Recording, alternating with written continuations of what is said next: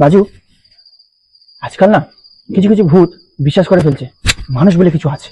বুঝো ঠেলা, মানুষ বলে কিছু হয় নাকি? আরে হ্যাঁ হ্যাঁ, আমি তো সেটাই শুনেছি। আসলে কি জানো, এসব গল্প গুজব। আরে মানুষ রাতে আসে কবরস্থানে, ছবি তোলে, ভিডিও করে। আরে দূর, ওসব এআই। আসলে আমি না একদিন একটা সাদা কাপড় পরে একটা জিনিস দেখেছিলাম।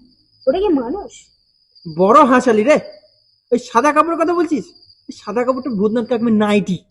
শুঁকে বুঝতে পারিস নে?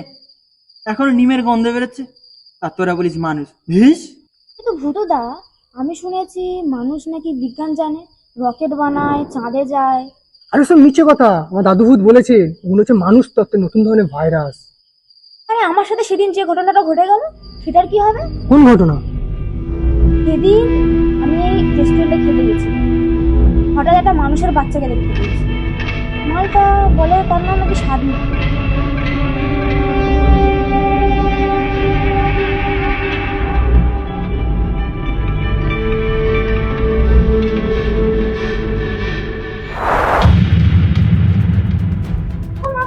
মানুষ শরীরই। কেন তুমি ভূত বুঝি? অশরীরী? আরে আমি এখানে ভূত দেখতে এসেছিলাম। তুমি সত্যি ভূত? তোমার নাম কি? হ্যাঁ, আমি নিঃসত্তা। আর তুই মানুষ। আমাদের দুই স্পিয়ার কখনো কখনো ম্যাচ করে যায়, যার জন্য আমরা একে অপরকে দেখি। তো তোমার নাম কি? আমি শাগ্নি। আর আমি তো জানতাম ভূতের সবসময় মানুষকে দেখতে পায়। না, সব সময় না। আমরা সবাই আলাদা স্পিয়ারে থাকি। যখন আমাদের স্পিয়ার ম্যাচ করে যায়, সেই সময় আমরা একে অপরকে দেখতে পাই। আসলে আমিও ভাবতে শুরু করেছিলাম যে ভূত বলে কিছু হয় না। আমি জানতাম মানুষ থেকে ভূত, আবার ভূত থেকেই মানুষ, এভাবেই হয়ে আসে। পঞ্চভূত ক্ষিতি অপ তেজ মরুত্ব, এর মধ্যে দুটো তত্ত্ব, অর্থাৎ ক্ষিতি অপ, এই দুটো উদয় হয়ে গেলে আমরা ভূত হয়ে যাই। আর তখনই আমরা একে অপরকে দেখতে পাই। তাই মানুষের ভূত নিয়ে মতন্ডন একেবারেই অঙ্গ। হ্যাঁ, একদমই তাই। ভূতেদের মানুষ নিয়ে বিশ্বাস একেবারেই ভিন্ন।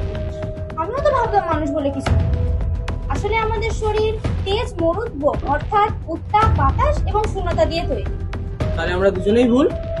আমরা শুধু নিজেদের বিশ্বাসেই আটকেছিলাম, আর সেই বিশ্বাসটাকেই আমরা বাস্তব বলে মনে করছি। মানে? ভয় তারাই পায় যারা নিজেদের বিশ্বাসটাকে চূড়ান্ত বলে ভেবে নেয়। যখনই কিছু নতুন সামনে আসে, তখনই আমাদের সেই পুরাতন বিশ্বাসটাই আমাদের ভয় লাগে। এই সামনে কোথায় গেলে?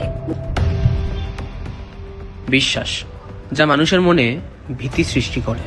ভূত আদৌ আছে কি নেই তার কোনো বৈজ্ঞানিক ব্যাখ্যা নেই। হয়তো মানুষের অন্ধবিশ্বাস আর ভয়ের কারণেই আজ সমাজে ভূত জীবিত।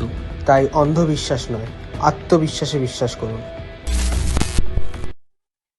হাই গাইস, আমি রাহুল, আর আমার সাথে আমার হেল্পার শুভ। তো ওকে তো দেখা যাচ্ছে না, কারণ আমরা আজকে হান্টিং করতে এসেছি, ঘোস্ট হান্টিং। দেখবো যে সত্যিকার ভূত আছে কিনা। আমার তো এসব বিশ্বাস হয় না, তাও গার্ডস নিয়ে এসেছি দেখার জন্য ভূত আছে কিনা।